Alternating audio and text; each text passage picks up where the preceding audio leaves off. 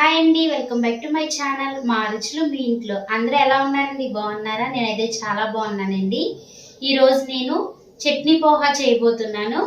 మనం ఎప్పుడు రెగ్యులర్గా చేసుకునే అటుకులు పోహా కాకుండా డిఫరెంట్గా చాలా టేస్టీగా కలర్ఫుల్గా చట్నీ పోహా చేసుకున్నాము. ఇదైతే చాలా టేస్ట్గా ఉంటుందండి. మార్నింగ్ టైంలో మనకి ఇంట్లో ఇడ్లీ బ్యాటర్స్, దోశ బ్యాటర్ అలాంటివి ఉండవు కదండి టిఫిన్ చేసుకోవడానికి.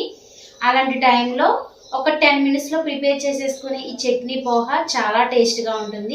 ఇప్పుడు ఏ విధంగా చేసుకోవాలో చూపించేస్తాను, వచ్చేసేయండి. మరి ముందుగా ఒక కప్పు అటుకులను అయితే నేను శుభ్రంగా 2 టైమ్స్ కడిగి పెట్టుకున్నానండి. ఇలా కడగడం వల్ల ఇలా మెత్తగా నానినట్టు ఉంటాయి.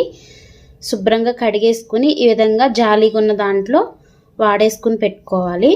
ఇప్పుడు ఈ విధంగా ఒక చిన్న మిక్సీ జార్ని తీసుకొని కొంచెం కొత్తిమీర వేసుకోవాలండి. ఒక చిన్న కట్ట కొత్తిమీరని అయితే వేస్తున్నాను, శుభ్రంగా కడిగి వేసుకుంటున్నాను.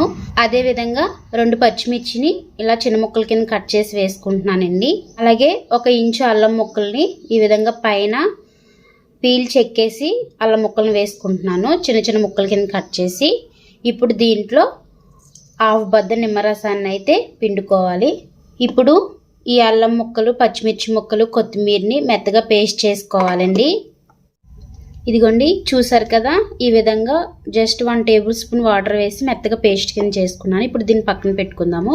ఇప్పుడు స్టవ్ ఆన్ చేసుకుని పోహా ప్రిపేర్ చేసుకోవడానికి ఒక కడాయిని పెట్టుకోవాలండి. దీనిలో 2 టేబుల్ స్పూన్స్ ఆయిల్ వేసుకోవాలి. ఆయిల్ అయితే వేడయింది. ఇప్పుడు దీంట్లో 1/2 టేబుల్ స్పూన్ జీలకర్ర వేసుకోవాలి. 1/2 టేబుల్ స్పూన్ ఆవాలు వేసుకోవాలి. అలాగే కొన్ని పల్లీలు తీసుకున్నానండి నేను.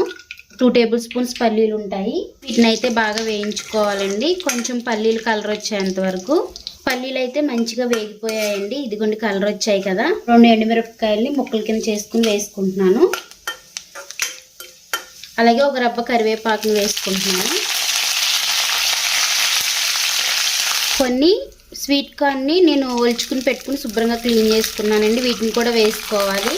స్వీట్ కార్న్ అయితే బాగానే మగ్గిపోతాయండి, చాలా తొందరగా మగ్గిపోతాయి, నూనెలో అయితే మంచిగా వేగిపోతాయి. ఇప్పుడు దీనిలో ఒక ఉల్లిపాయను అయితే చిన్న చిన్న ముక్కల కింద కట్ చేసుకుని వేసుకుంటున్నాను. ఇప్పుడు ఈ ఉల్లిపాయ ముక్కలు కూడా బాగా వేగిపోవాలి, మంచిగా కలర్ రావాలండి. ఇప్పుడు ఉల్లిపాయ ముక్కలు అయితే మంచిగా వేగిపోయాయండి. శుభ్రంగా కడిగి పెట్టుకున్న ఈ అటుకులను అయితే వేసేసేయాలి. ఇప్పుడు మొత్తం ఒకసారి మిక్స్ చేసేసుకుందామండి. అటుకులను వేసేసుకొని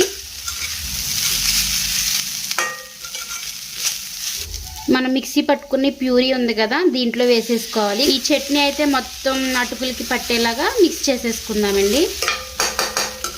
మొత్తం మిక్స్ చేసేసుకున్నాం కదా. ఇప్పుడు దీంట్లో టేస్ట్కి సరిపడా సాల్ట్ వేసుకోవాలి. ఇప్పుడు ఈ సాల్ట్ కూడా మొత్తం మిక్స్ అయ్యేలాగా మిక్స్ చేసుకోవాలండి. చూసారు కదా ఎంత కలర్ఫుల్గా ఉందో చట్నీ పోహా అయితే. ఇప్పుడు జస్ట్ ఒక 2 మినిట్స్ ఇలా వేగితే రెడీ అయిపోయినట్టే. ఇదిగోండి, ఒక 2 మినిట్స్ అయితే అలా మగ్గనిచ్చేసాను. మనకి చట్నీ పోహా అయితే రెడీ అయిపోయింది. ఇప్పుడు ఈ చట్నీ పోహానైతే ఒక ప్లేట్లోకి సర్వ్ చేసుకుందామండి. అరోమా అయితే చాలా బాగుంది, చాలా టేస్ట్గా కూడా ఉంటుందండి. చూసారు కదా ఎంత బాగా వచ్చిందో. ఇదిగోండి, చూసారు కదా చట్నీ పోహానైతే ఎంత సింపుల్గా ప్రిపేర్ చేసేసానో, చాలా టేస్ట్గా కూడా ఉంటుందండి. ఇప్పుడు దీని టేస్ట్ ఎలా ఉందో నేను టేస్ట్ చేసి చెప్తాను.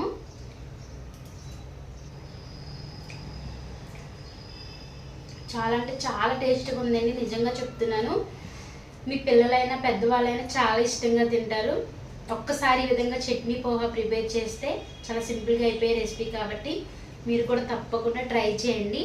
ఈ రెసిపీ కానీ మీకు నచ్చినట్లయితే లైక్ చేయండి, షేర్ చేయండి. కొత్తవారు మన ఛానల్ చూస్తున్నట్లయితే సబ్స్క్రైబ్ చేసుకోండి, సపోర్ట్ చేయండి. థ్యాంక్ యూ అండి.